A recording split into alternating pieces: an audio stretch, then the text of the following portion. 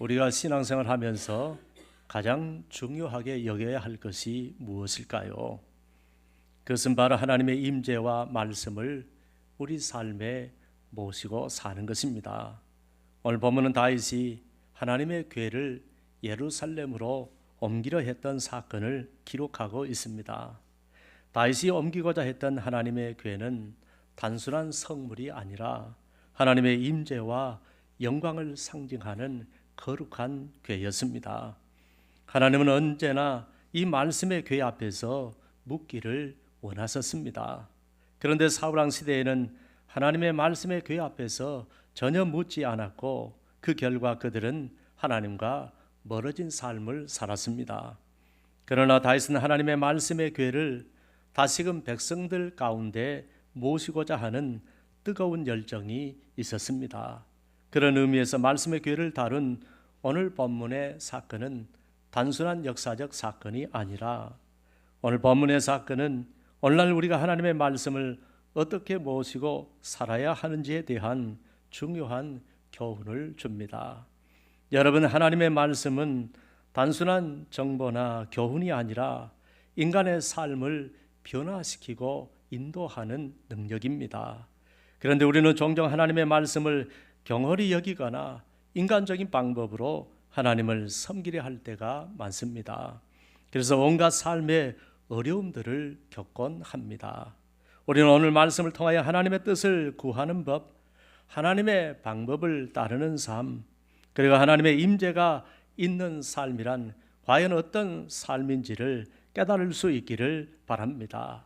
그리고 신앙생활에서 하나님의 말씀과 그분의 임재를 소홀히 하면 과연 우리에게 어떤 결과가 오게 되는지, 반대로 말씀의 길을 온전히 모시고 사는 자에게는 어떤 은혜와 축복이 임하는지를 깨달을 수 있기를 바랍니다. 그래야 우리의 모든 삶 가운데 하나님의 말씀의 궤를 모시고 살아감으로 하나님의 은혜가 끊이지 않는 복된 인생들이 되시기를 바랍니다. 사울왕 때의 블레셋과의 전쟁에서 패하고 하나님의 궤를 빼앗긴 사건이 있었습니다. 하나님의 말씀의 궤를 빼앗긴 이 사건은 온 이스라엘 백성들에게 엄청난 충격을 주었습니다. 이방인들에게 감히 하나님의 말씀을 빼앗긴다는 사실은 있을 수 없는 일이었고 결코 받아들이기 힘든 사건이었습니다. 하나님의 백성에게는 말씀이 없는 삶은 상상할 수 없었기 때문입니다. 그런데 하나님의 궤를 빼앗긴 이후로 우여곡절 끝에 그 궤가 다시 이스라엘 땅으로 들어오게 되었습니다. 그리고 그 무렵 다윗은 이스라엘의 왕위에 오르게 되었고 하나님의 백성들을 통치하게 되었습니다. 다윗은 하나님을 너무나 사랑하는 왕이었지만 그러나 그의 곁에는 반드시 있어야 할 하나님의 궤가, 하나님의 말씀의 궤가 없었습니다. 그것도 무려 20년 동안이나 하나님의 궤가 없는 삶을 살았습니다. 다윗은 자기 곁에 말씀의 궤가 없다는 현실은 곧 자신이 통치하는 이스라엘에 말씀이 없다는 것이고 하나님의 도성인 예루살렘에 말씀이 없다는 것이고 자신과 백성들에게도 말씀이 없는 것이라고 생각했습니다. 그리하여 그는 하나님의 말씀의 궤를 다시 찾아와야 되겠다는 중대한 결심을 하게 됩니다. 그리고 말씀의 궤를 찾아오기 위해 천부장과 백부장 곧 모든 지휘관을 불러서 그들과 의논을 했습니다. 그들 지휘관들도 다윗 왕의 진심을 알고 말씀의 궤를 모셔오는 일에 전적으로 동의를 했습니다. 모든 지휘관들이 동의를 하자 다윗은 당장 이스라엘 온 회중에게 말하기를 만일 너희가 이 일을 좋게 여기고 또 우리가 말씀의 궤를 가져오려고 하는 이 일이 우리 하나님 여호와께로 말미암았다고 믿는다면 우리가 이스라엘 온 땅에 남아있는 우리 형제와 또 초원이 딸린 성읍에 사는 제사장들과 레위 사람들에게도 전령을 보내서 그들을 우리에게로 모이게 하고 우리가 우리 하나님의 궤를 우리에게로 옮겨오자고 했습니다. 그리고 다윗이 한마디 더 덧붙인 말이 있었는데 본문 3절에 보면 사울 때에는 우리가 궤 앞에서 묻지 아니하였느니라고 했습니다. 다윗이 말한 사울의 때는 사울이 통치한 40년 기간을 말합니다. 그러니까 사울은 무려 40년 통치 동안 하나님의 백성들을 통치하면서도 말씀의 궤 앞에서는 단 한 번도 묻지 않았습니다. 다윗은 그런 사울을 보면서 말씀을 경홀히 여기는 사울, 말씀을 벗어난 사울, 말씀을 거역한 사울, 그 사울을 보았고 결국 하나님께 버림받는 사울을 보았습니다. 그리고 그의 비참한 최후를 보았고 사울 왕조의 몰락과 그의 가족의 멸망을 보았습니다. 사랑하는 여러분, 말씀을 버린 그를 하나님도 버렸다는 사실을 알게 되었습니다. 이걸 자신의 눈으로 똑똑히 보았던 다윗은 만일 자신이 말씀의 궤를 모세운다면 자신은 반드시 그 궤 앞에서 여호와 앞에 묻겠다는 것입니다. 그리고 이렇게 우리도 이렇게 하나님께 하나님의 말씀의 궤 앞에서 묻는 믿음을 가져야 할 줄로 믿습니다. 만일 많은 백성들까지 이 일을 좋게 여기고 그대로 하겠다고 답변을 하자 다윗은 실행에 옮기기로 했습니다. 다윗이 이렇게까지 노력하는 것을 보면 그가 하나님의 말씀에 얼마나 진심이었는지를 모릅니다. 여러분, 다윗이 온 백성을 동원하여 이 일을 열정적으로 추진한 이유가 무엇일까요? 우리의 삶에 하나님의 말씀의 궤가 없이는 어떤 은혜도 축복도 없다는 사실을 분명하게 알았기 때문입니다. 그리고 자신의 삶도 인생도 국가의 통치와 흥망성쇠도 백성들의 신앙생활도 모든 것이 불가능하다는 사실을 분명하게 알았기 때문입니다. 이것은 이제 더 이상 자신과 이스라엘 백성들은 자기 소견에 옳은 대로 살지 않고 오직 하나님의 말씀에 순종하며 살겠다는 것입니다. 이를 위해서는 반드시 말씀의 궤를 모셔와야 한다는 것입니다. 그리고 본문 6절에서 말씀의 궤를 모셔와야 하는 이유를 더욱 분명하게 말하기를 여호와께서 두 그룹 사이에 계심으로 그러한 이름으로 일컬음을 받았더라고 했습니다. 무슨 말입니까? 말씀이 있는 곳에 하나님이 임재해 계신다는 사실입니다. 사랑하는 여러분, 하나님은 말씀 위에 임재해 계신 줄로 믿습니다. 말씀 속에 임재해 계신 줄로 믿습니다. 말씀과 함께 임재해 계신 줄로 믿습니다. 그러므로 말씀을 소중히 여기는 사람, 말씀을 늘 가까이 하는 사람과 임재해 계시는 줄로 믿습니다. 여러분들은 이 사실을 분명히 알고 늘 말씀을 가까이 하며 하나님의 말씀을 여러분 마음에 모시고 살 수 있기를 바랍니다. 그렇게 다윗은 하나님은 말씀 위에 임재해 계신다는 이 엄청난 사실을 알고 너무나 벅찬 감격으로 하나님의 궤를 모셔오기로 했습니다. 그리고 새 수레를 준비했습니다. 그리고 그 새 수레에 하나님의 궤를 싣고 아비나답의 집에서 나오는데 그때 아비나답의 두 아들 우사와 아요 형제가 수레를 끌었다고 했습니다. 다윗과 백성들은 드디어 20년 동안 하나님의 궤를 보관해 오던 아비나답의 집에서 20년 만에 그 궤가 나오는 것을 보고 얼마나 감격을 했던지 하나님 앞에서 힘을 다하여 뛰놀며 노래하며 수금과 비파와 소고와 제금과 나팔로 연주를 했다고 했습니다.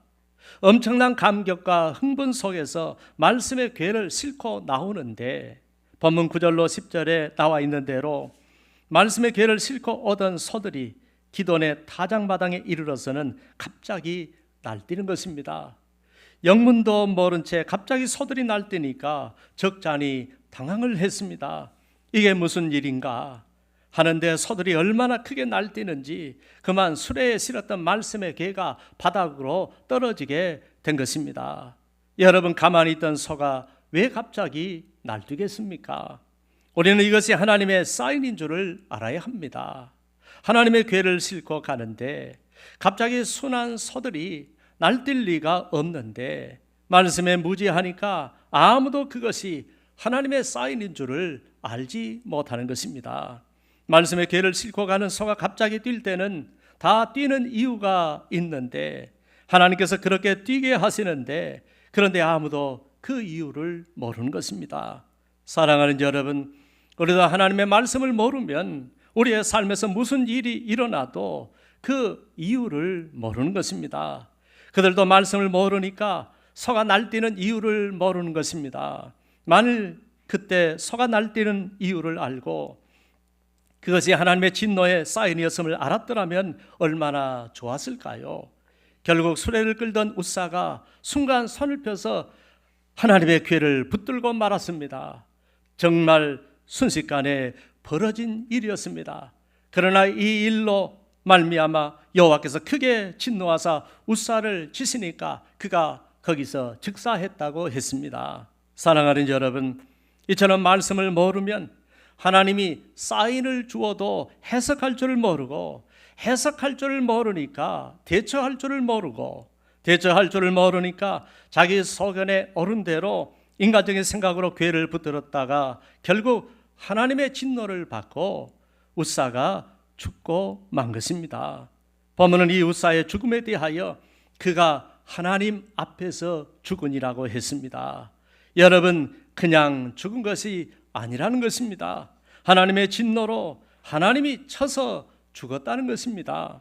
사랑하는 여러분, 여러분들은 말씀의 길을 들이지 않고 말씀에 대하여 무지함으로 하나님의 진노를 사는 어리석은 인생을 살지 않기를 바랍니다. 늘 말씀을 가까이 하고 그 말씀을 잘 들여다보고 그 말씀에서 들려오는 하나님의 음성을 듣고 하나님을 잘 섬기심으로 오히려 은혜와 축복의 사람들이 되시기를 바랍니다. 그런데 이해할 수 없는 것은 다윗이 여호와께서 웃사의 몸을 찢으셨다는 것을 알고 분노했다고 했습니다.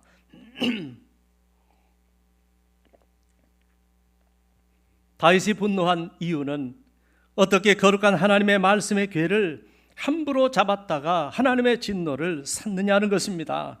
그리고 하나님께서 이렇게 진노하셨으니 이제 우리는 어쩌면 좋냐는 것입니다.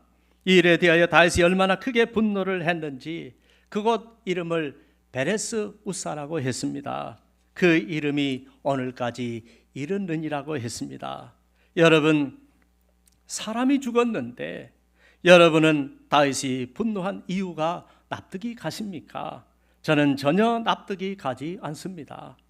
실은 다윗 자신도 소가 날뛰는 것을 보면서도 그것이 하나님의 사인인 줄을 전혀 알지 못했습니다.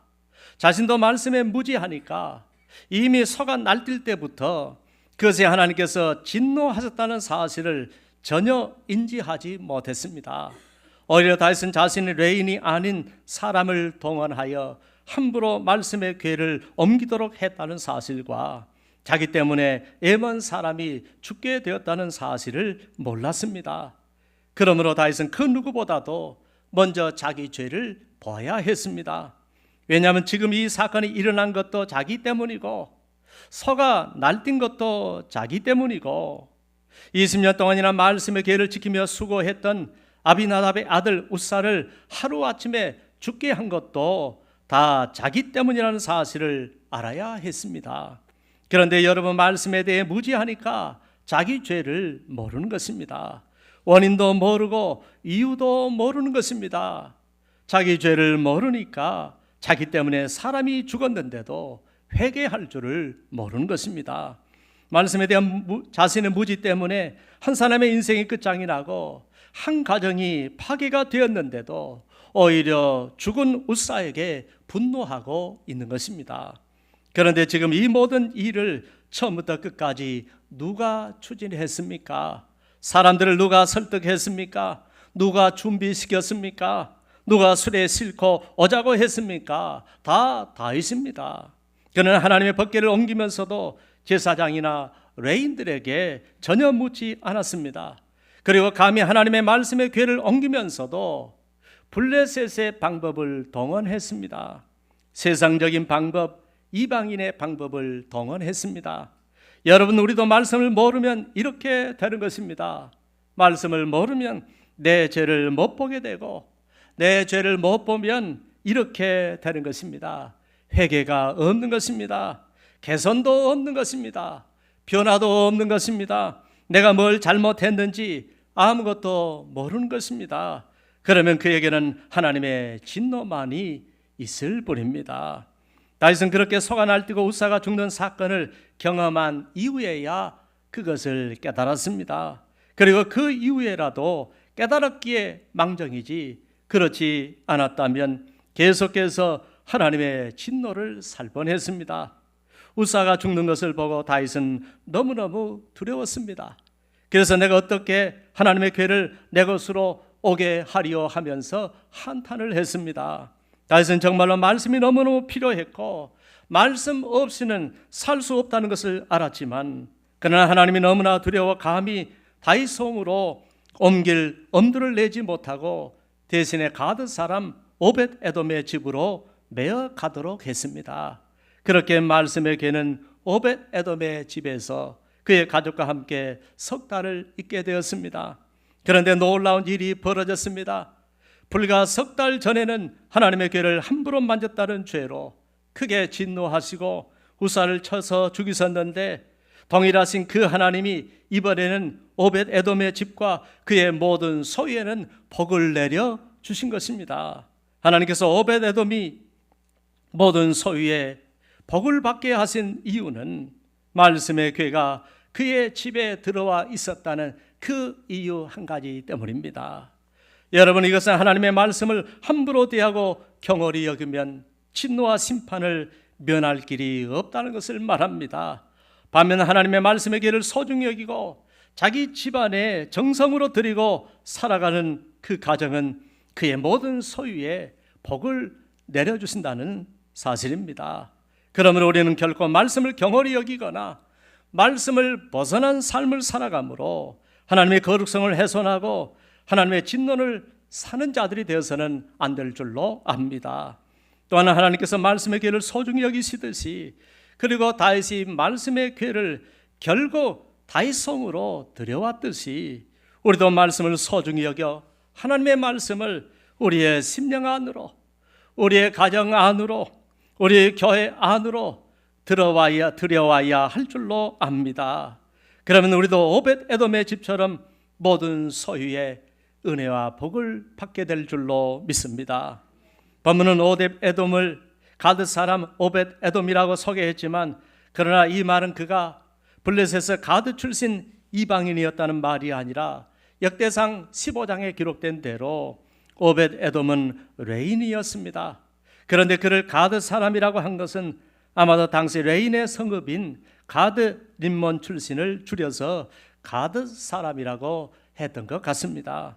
아비나답과 그의 두 아들 우사와 아이오는 레인이라는 말이 없었지만, 그래서 그들이 하나님의 괴를 옮기는 방법을 전혀 모르고 있었지만, 오벳 에돔은 레인이었기에 이제 말씀의 괴는 있어야 할 곳에 있게 된 것입니다. 율법에 의하면 하나님의 괴를 옮길 때에는 레인 중에서도 고앗 자손이 어깨에 메고 운반하도록 했습니다. 그리고 하나님의 괴는 하나님의 임재와 그의 거룩성을 상징했기 때문에 아무도 직접 손으로 만지면 안 되었습니다. 그런데 오벳 에돔의 집으로 옮기게 되었고, 레인인 그는 율법에 규정된 대로 보관을 잘 했을 것입니다. 그리고 그런 그에게 하나님께서는 그의 모든 소유에 만복을 내려주신 것입니다. 여러분, 오늘 다윗이 예루살렘으로 언약궤를 그토록 자신이 거하는 다윗 성으로 운반하려고 한 것은 나라를 하나님의 말씀에 따라 통치하겠다는 하나님 중심의 통치 이념의 선한 의도를 가지고 있었기 때문입니다. 그리고 이 일은 모든 백성들의 동의와 협의 끝에 결정한 일이기도 했습니다. 그러나 의도는 선했지만 말씀을 무시하고 언약궤를 옮겼다가 우사가 죽는 일이 일어난 것입니다. 아무리 우리가 하나님에 대하여 선한 의도를 가졌다 할지라도 말씀을 무시한 자의 삶에는 심판이 임하는 것입니다. 반면 말씀을 소중히 여기고 그 말씀을 자신의 심령 안에 받아들이고 자기 가정 속에 받아들여 말씀대로 순종하며 살아가는 자에게는 모든 삶의 만복을 내려주시는 것입니다. 다윗은 우사의 사건이 일어난 이후에야 자신이 말씀을 따르지 않고 옮겼다는 사실을 알고 비로소 그때야 자기 죄를 보게 되었습니다. 그리고 이번에는 말씀이 정한 대로 옮기기로 결심을 했습니다. 그리고 민수기 14장 15절에 보면 다음과 같이 지시를 했습니다. 진영을 떠날 때 아론과 그의 아들들이 성소와 성소의 모든 기구 덮는 일을 마치거든 고아 자손들이 와서 맬 것이니라. 그러나 성물은 만지지 말라. 그들이 죽으리라. 해막 물건 중에서 이것들은 고아 자손이 맬 것이라고 했습니다. 그리고 우사 때 일을 회상하며 다음과 같이 말했습니다. 역대상 15장 13절로 15절에 보면 전에는 너희가 매지 아니하였으므로 우리 하나님 여호와께서 우리를 찢으셨으니 이는 우리가 규례대로 그에게 구하지 아니하였음이라 하니, 이에 제사장들과 레위 사람들이 이스라엘 하나님 여호와의 궤를 메고 올라가려 하여 몸을 성결하게 하고 모세가 여호와의 말씀을 따라 명령한 대로 레위 자손이 채에 하나님의 궤를 꿰어 어깨에 매니라고 했습니다. 사랑하는, 그리고 다윗은 하나님의 은혜를 입는 왕이 되었습니다. 사랑하는 여러분, 이처럼 우리에게 하나님의 말씀의 궤를 드린다는 것은 곧 하나님의 말씀을 드린다는 말입니다. 그리고 하나님의 말씀을 드린다는 것은 하나님께 묻기 위해서 드린다는 말입니다. 그리고 하나님께 묻는 이유는 하나님의 뜻을 알고 그 뜻에 순종하기 위해서인 것입니다. 하나님께 물어야 우리가 어떻게 해야 그분을 잘 섬길 수 있는지, 어떻게 해야 그분을 기쁘시게 하고 영화롭게 하며 살 수 있는지, 어떻게 해야 그분의 은혜를 받을 수 있는지 잘 알 수 있기 때문입니다. 실제로 다윗이 하나님의 말씀에 교회 앞에서 묻고 이스라엘을 통치했을 때는 하나님께서 그의 모든 삶에 복을 내려 주셨습니다.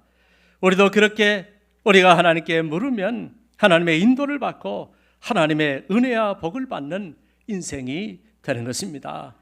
그런데 오늘날에도 많은 성도들이 말씀의 궤는 드리지 않고 자신의 뜻과 계획을 먼저 세운 후에 하나님께서 그것을 축복해 달라고 기도하는 삶을 살아가고 있습니다.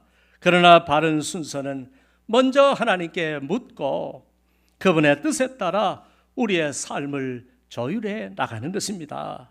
이처럼 우리가 하나님의 말씀의 궤 앞에서 하나님께 물으면 하나님께서는 기록된 말씀을 통하여 우리에게 말씀해 주시는 것입니다. 그렇게 우리가 말씀의 궤 앞에서 물을 때마다 하나님께서는 말씀을 통하여 응답해 주시는데, 하나님의 말씀은 내 발의 등이 되고 내 길에 빛이 되어 내 삶과 인생을 가장 복되고 선한 길로 인도해 줍니다. 하나님을 섬기는 모든 방법을 가르쳐 줍니다. 내 인생의 문제를 풀어줄 열쇠를 제공해 줍니다. 내가 은혜와 축복을 받을 수 있는 길을 알려줍니다. 내 영혼이 구원을 받아 천국에 갈 수 있는 길을 알려줍니다. 세상의 풍파나 거짓 선자의 유혹과 미혹에 현혹되지 않도록 지혜를 가르쳐줍니다. 신비주의로 흐를 수 있는 기도의 위험성을 잡아줍니다. 기도 응답의 분별력과 영적인 분별력을 제공해 줍니다. 이해되지 않는 고난을 해석해 줍니다. 내 삶과 인생을 신앙적으로 굳게 붙잡아 줍니다. 그래서 결국 아버지의 영원한 집에 이르게 해줍니다. 이렇게 하나님의 말씀은 우리의 모든 삶의 중심을 붙잡아주고 우리의 모든 신앙을 견고하게 붙잡아주는 역할을 해줍니다. 사랑하는 여러분, 이처럼 우리 개인의 심령 속에 말씀의 궤를 모시고 산다는 것은 그 말씀을 듣고 묵상하고 내 삶에 적용하며 산다는 것입니다. 내가 무슨 생각을 하든 무슨 일을 하든 먼저 하나님의 말씀에 묻고 그 말씀이 가르친 바대로 순종하며 사는 것을 말합니다. 그리고 말씀의 궤를 우리 가정에 모시고 산다는 것은 온 가족이 말씀을 따라서 순종하며 하나님 모시고 산다는 것입니다. 그리고 말씀의 궤를 교회 안에 모시고 산다는 것은 온 교회가 말씀에 따라서 순종하고 섬기고 헌신하며 주의 일을 행하며 산다는 것입니다.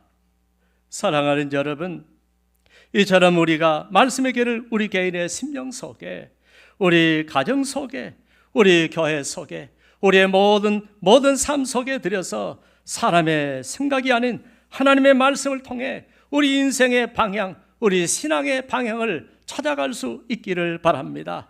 그렇게 우리가 우리 개인과 가족과 교회 모두가 오직 말씀에 묻고 말씀대로 순종하는 삶을 살아가면 하나님은 우리의 영혼이 가장 먼저 잘되게 하시고 세상의 어떤 풍파에도 흔들리지 않게 하시고 바람이 불고 창수가 나는 어떤 위험 속에서도 우리의 믿음을 굳게 지켜주실 줄 믿습니다. 그리고 오벳 에돔처럼 우리의 모든 삶에 말씀으로 모든 삶의 길을 찾게 해주시고 말씀의 은혜가 임하게 해주시고 그 말씀과 함께하는 우리 삶에 하나님께서 임재해 주시고 하나님께서 우리의 모든 삶에 은혜와 복을 내려주실 줄로 믿습니다. 그리고 우리의 가정과 우리의 자녀와 후손들에게도 영혼이 잘되게 하심으로 자손 만대로 하나님을 섬기고 그 영혼들이 다 하나님의 나라 천국에 가서 만나는 하나님의 기쁨을 갖는 가정을 만들어 주시는 것입니다. 사랑하는 여러분, 우리 개인도 우리 가정도 우리 교회도 우리의 모든 삶에도 이렇게 하나님의 말씀을 드리고 하나님의 말씀을 하나님 모시고 살듯이 모시고 살아감으로 하나님의 임조 속에서 여러분의 삶과 인생이 하나님의 은혜와 축복이 끊이지 않는 복된 삶을 살아가시기를 주님의 이름으로 축원합니다. 기도하겠습니다. 하나님 아버지, 은혜 감사합니다. 오늘 하나님의 말씀을 모시고 살자고 우리 하나님의 말씀을 통하여 하나님의 음성을 들었습니다. 우리는 말씀을 안다고 하지만 말씀을 덮어놓고 살아갑니다. 우리는 말씀을 가까이 한다고 하면서도 말씀을 옆에 두지만 그 말씀을 들여다보지 않습니다. 우리는 말씀을 알고 공부하고 배우고 듣고 살아간다고 하지만 정작 그 말씀대로 순종하며 우리에게 적용하여 살지를 못합니다. 그래서 우리의 삶은 다윗이 실패했던 때처럼 사울 왕이 실패했을 때처럼 여러 가지 시행착오를 겪고 고통의 삶을 살 때가 너무나 많습니다. 다윗이 이것을 깨닫고 하나님의 말씀의 길을 드리고 그 앞에서 여호와께 묻는 삶을 살아갔을 때 하나님께서는 오벳에돔의 집에 부어주셨던 그 축복을 다윗의 모든 삶에도 부어주신 줄 믿습니다.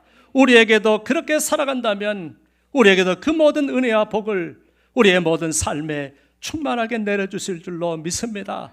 이제 우리가 말씀의 길을 우리의 가슴에 모시고 살게 하시고 우리의 가정에 모시고 살게 하시고 우리 교회 안에 우리의 모든 삶에 모시고 살아가게 하여 주옵소서. 예수님의 이름으로 기도합니다. 아멘.